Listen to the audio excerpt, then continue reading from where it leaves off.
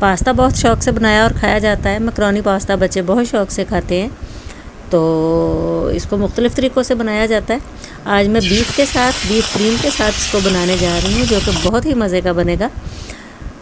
इसके लिए सबसे पहले तो आप मेरे चैनल को सब्सक्राइब कर दें, बेल आइकन भी दबा दें ताकि नई नई वीडियोज़ आप तक पहुँचती रहें।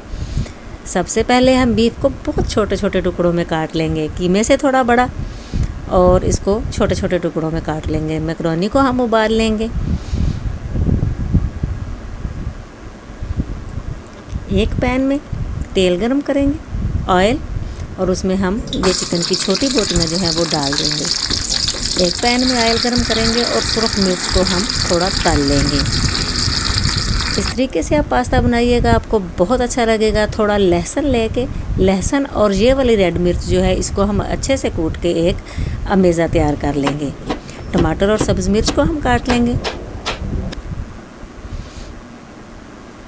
प्याज इसमें नहीं जाएंगे, प्याज का जायका इसमें अच्छा नहीं लगता है। चीज़ें छोटी छोटी होती हैं, लेकिन नोट किया कीजिए,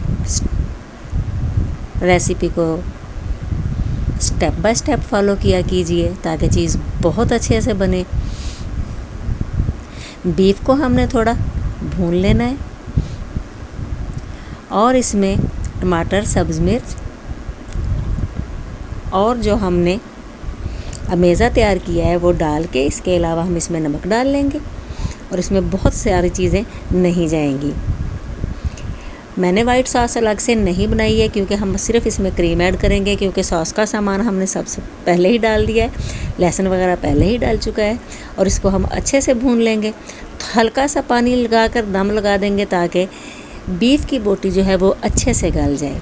फिर थोड़ा तिक्का मसाला शामिल करके इसको थोड़ा भून लेंगे ताकि ये बहुत मज़े का हो जाए। और फिर क्रीम डालकर हम इसे थोड़ा सा मिक्स करेंगे और उसमें अपना मैकरोनी डालकर उसको भी अच्छे से मिक्स कर लेंगे। ये बहुत मज़े का बनता है, इस तरीके से ज़रूर बना कर देखिएगा।